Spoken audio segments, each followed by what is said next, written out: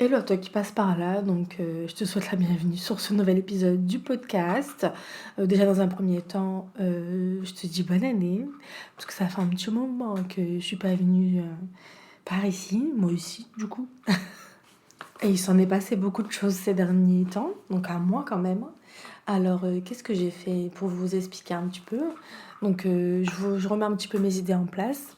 Fin décembre, je vais à Lyon quelques jours, passer le nouvel an là-bas. Comment vous dire que moi, en tant que Marseillaise, je me suis gelée les miches, clairement.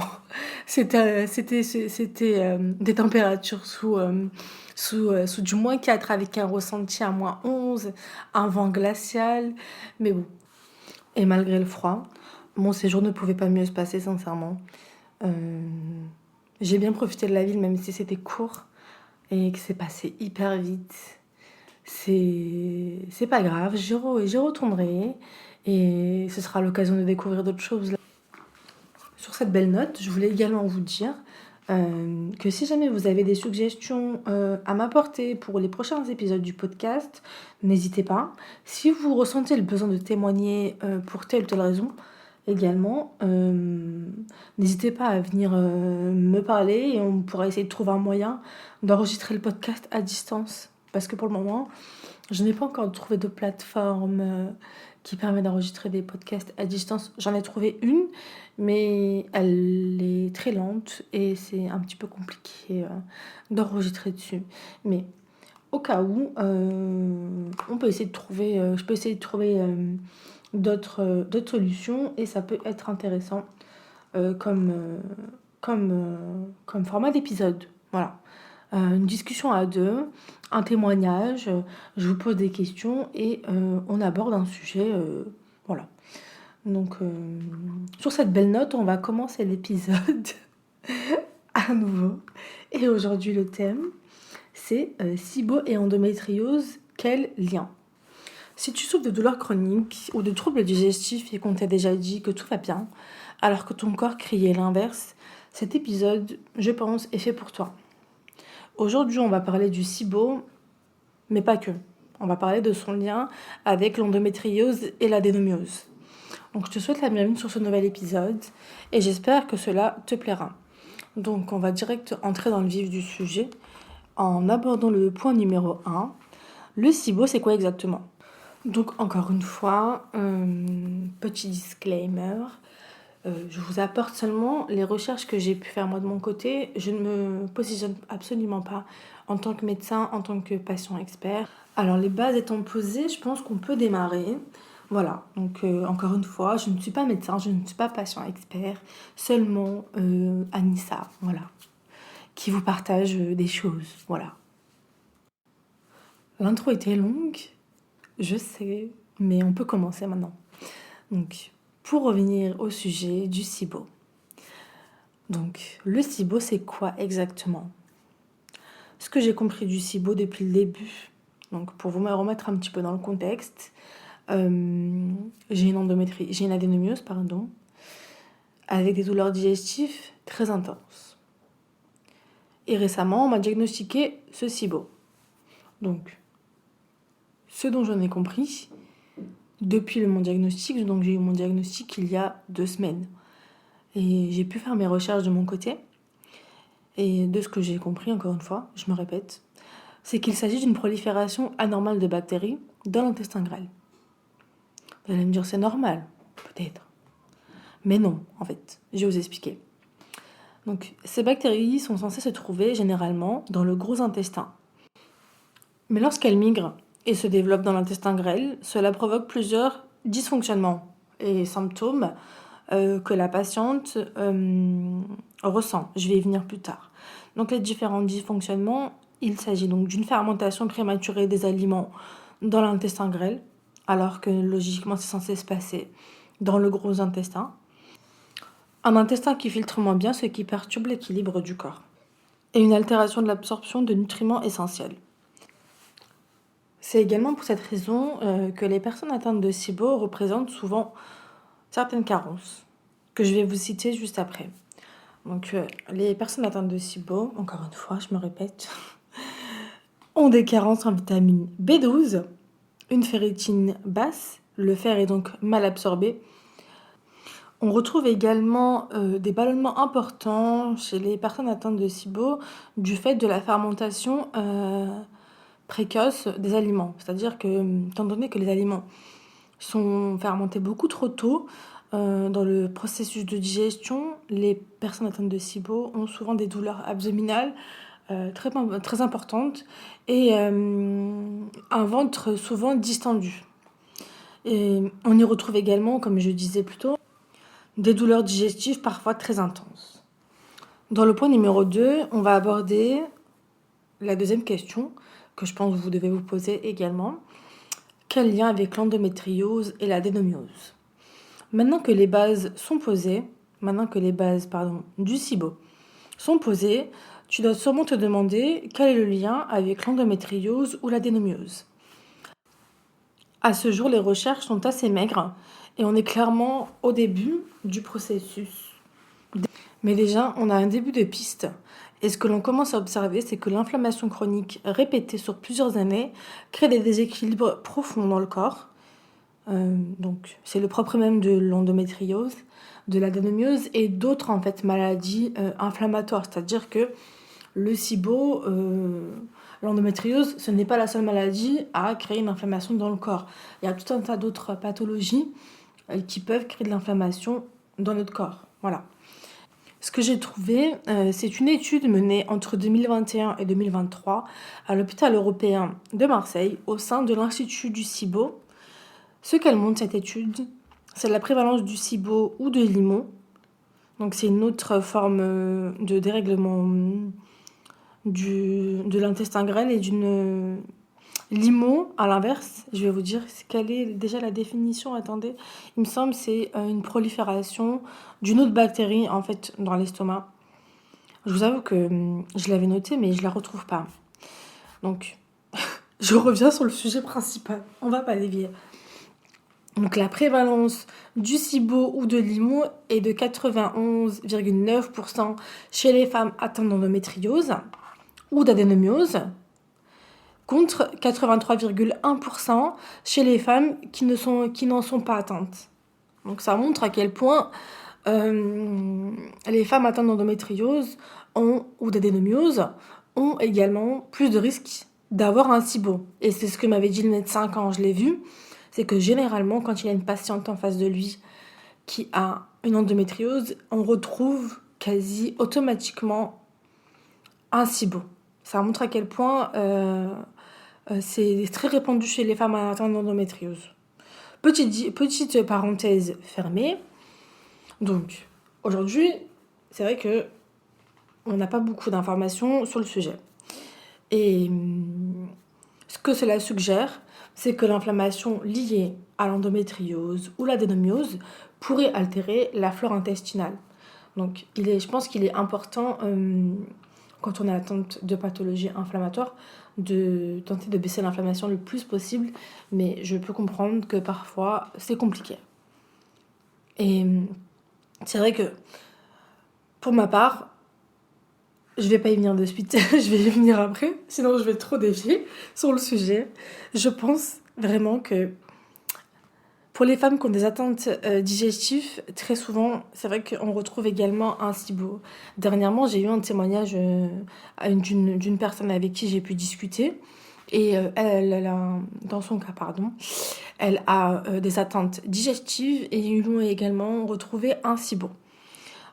Également, les adhérences créent une inflammation. Donc, si jamais vous avez été opéré d'une endométriose digestive, les adhérences que votre corps a créées, enfin les tissus cicatriciels, peuvent aussi potentiellement créer un SIBO, pardon. Voilà. Et il y a également aussi tout l'historique chirurgie gynécologique.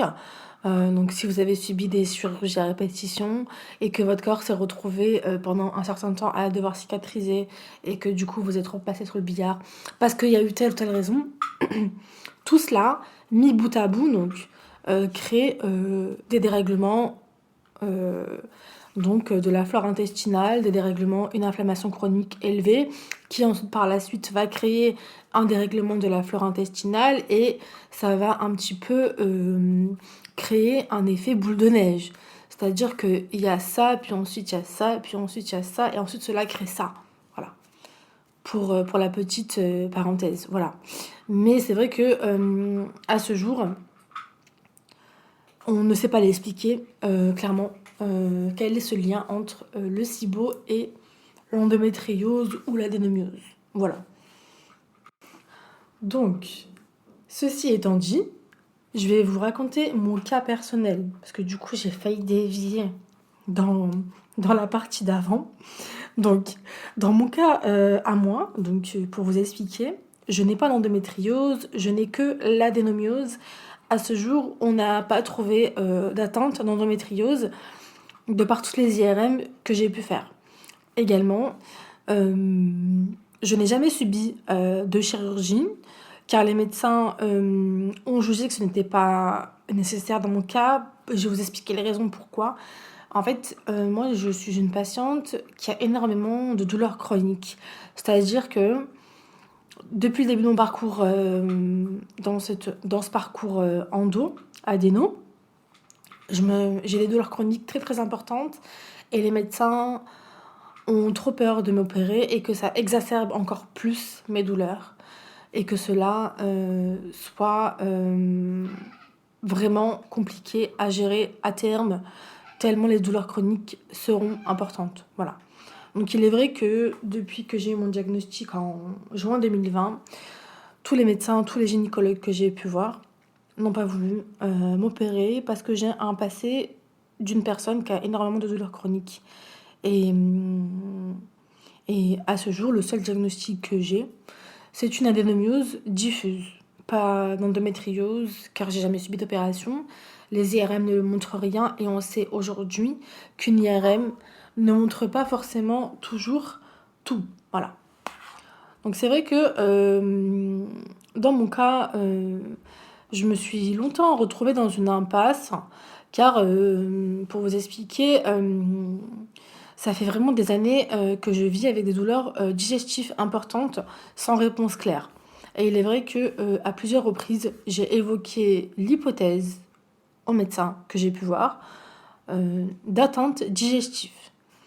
Donc, comme je vous ai expliqué, j'ai passé toute une batterie d'examens. Donc, IRM, plein d'IRM que j'ai passé avec des spécialistes, que ce soit à Paris, que j'ai fait, où j'ai envoyé des IRM à Paris pour qu'elles soient, relues par d'autres médecins, d'autres radiologues à Paris. J'ai également consulté divers spécialistes qui m'ont tous dit que c'était pas une endométriose digestive. Et donc, rien n'expliquait en fait mes douleurs digestives jusqu'à présent. Voilà. Jusqu'à ce que j'ai mon diagnostic du SIBO il y a 2 semaines. Voilà. Donc, c'est vrai que il a quand même fallu attendre. Alors, attendez, laissez-moi calculer. J'ai mon diagnostic à 24 ans. J'ai mis pause pour revenir. Je le disais, il a quand même fallu attendre 6 ans pour qu'on me parle du SIBO. Voilà. Mais c'est vrai que je pense qu'il y a encore plusieurs années, les médecins n'avaient pas encore cette possibilité-là de diagnostic auprès des patients. Et c'est vrai que la médecine avance doucement mais sûrement. Et même si ça prend du temps, aujourd'hui, même si ça a pris du temps, pardon, aujourd'hui je sais et je peux agir dessus. Voilà. Donc c'est vrai que je prends absolument pas ce diagnostic comme quelque chose de négatif. Au contraire, c'est quelque chose de positif. Aujourd'hui, je sais clairement expliquer mes douleurs digestives. Je sais sur quel pan agir. Et en fait, ce que j'en conclus aujourd'hui, c'est que les douleurs digestives liées au SIBO ressemblent énormément à celles décrites par les patientes atteintes d'endométriose profonde. Donc, à mon sens, ce n'est pas un sujet à prendre à la légère. Et maintenant, qu'est-ce qu'on fait avec tout ça et comment faire pour vivre avec tout ça? Voilà. Donc, Ce que je retiens surtout de tout ça, encore une fois, c'est que mon alimentation va devoir évoluer progressivement, bien sûr, chaque chose en son temps. Et je pense qu'il faut revenir à des choses plus simples, des choses vraiment, revenir à la base de l'alimentation et revenir aux produits bruts. Je vis à Marseille et j'ai la chance d'avoir le port avec les poissonniers sur le port tous les jours, même les week-ends. Et c'est vrai que j'ai jamais vraiment pris le temps, honnêtement, je vous le dis, hein, d'aller au marché aux poissons et d'acheter du poisson frais euh, au port. Et c'est vrai que je pense que, étant donné que je vis à Marseille, je pense que ce qui revient de partout, même dans les consultations naturopathes que j'ai pu avoir il y a quelques années, ou même avec des diététiciens que j'ai eu là que très récemment, c'est revenir à un régime méditerranéen. J'ai la chance de vivre à Marseille, en plein milieu de la Méditerranée, avec tout à disposition. Donc je me dis que j'ai toutes les ressources nécessaires pour y arriver. Voilà. Donc, donc je me dis que tout ça, ce n'est que du positif et que à terme, donc comme je disais, donc il faut revenir aux bases, revenir à un régime plus sain, un régime méditerranéen, des produits bruts, des produits également moins transformés. Et même si je sais que cela prendra du temps, ça prendra le temps qu'il faudra, comme on dit, parce que pour mettre en place des habitudes, il faut du temps. Et il faut que ce soit fait de la bonne manière et avec douceur. Voilà, ça c'est important. Et ne pas s'en vouloir de craquer parce que on a vu un truc qui nous a plu ou on ne pas se restreindre parce que quand on va manger au resto, il n'y a pas du sans gluten, il n'y a pas ceci, il n'y a pas cela. That's ok, c'est pas grave, c'est pas grave, c'est pas grave. C'est pas un drame. Et je pense que c'est surtout le fait de se frustrer comme ça, c'est la porte aux troubles du comportement alimentaire. Honnêtement, d'où l'intérêt de prendre beaucoup de temps et d'apprécier les choses à leur juste valeur. Et je me dis qu'à terme, le temps que ça prendra du temps. Et je me dis que mon corps me le rendra bien en accalmie au niveau des douleurs donc digestives, mais pas que. Et que cela me permettra d'avoir je trouve plus mes mots. D'avoir une meilleure hygiène de vie. Voilà, c'est ça que je voulais dire. En conclusion, donc avant de se quitter, j'aimerais te laisser avec ça. Donc si ton corps t'envoie des signaux, honnêtement, écoute-le, c'est qu'il se passe quelque chose et que tu dois t'y intéresser. Parce que notre corps ne nous envoie pas des signaux pour rien. Même quand les réponses tardent, même quand ça prend du temps, dis-toi que même quand on te dit que tout va bien, mais que toi, de ton côté, tu sens qu'il y a un truc qui va pas, n'hésite pas à taper à toutes les portes. C'est-à-dire que si un médecin te dit que ça ne va pas, tu vas en voir un autre, puis un autre, puis un autre. Et je sais à quel point c'est dur vraiment de devoir courir après les médecins, mais dis-toi que ta persévérance finira par payer. Voilà. Ton côté tête de mule, là, ça finira par porter ses fruits. Voilà. Parce que moi, je suis vraiment une tête de mule. Hein. C'est-à-dire que tu me dis non, moi, je te dis oui. Voilà. Désolée, je sors encore du cadre. J'en ai marre. Est-ce qu'on va finir cet épisode un jour ou l'autre? Dites-moi, s'il te plaît. Oh là là, vraiment désolée. Je pars dans tous les sens. Obligée de me faire un script pour chaque épisode, sinon je bifurque à droite, à gauche. Bon, en tout cas, si cet épisode t'a parlé, je t'invite à t'abonner à ce podcast, voilà, à le partager autour de toi, à me laisser un petit commentaire, car vos commentaires et vos likes référencent mon podcast et permet à ce que Apple Podcast ou Spotify les références et les suggère à des personnes qui s'intéressent à ce type de sujet. Voilà. En tout cas, je te remercie d'être arrivé jusque-là. À la fin, ça part un peu en cacahuète, je te dis honnêtement. Ça part un peu en live. Je ne suis pas très sérieuse à la fin. Excusez-moi ma petite incartade. Voilà. En tout cas, on se retrouve très vite pour le prochain épisode. Et, dans le prochain épisode, je te parlerai du passage de la trentaine sans filtre. Car j'ai déjà préparé le script du prochain épisode. Voilà. On essaye d'évoluer un petit peu, on essaye de upgrade un petit peu dans sa façon de travailler. En attendant, viens me retrouver sur Instagram parce que j'essaie de poster le plus possible des stories marrantes. Et je raconte un peu ma vie aussi là-bas. Voilà. Donc le podcast, non, le podcast, c'est le journal d'Anissa. Le compte Instagram, c'est /, tiré du bas. Tout collé, le journal d'Anissa. Comme le podcast, voilà. Bon bah écoute, j'espère que tu auras aimé cet épisode. Et je te dis encore une fois à bientôt. Et en attendant, prends soin de toi.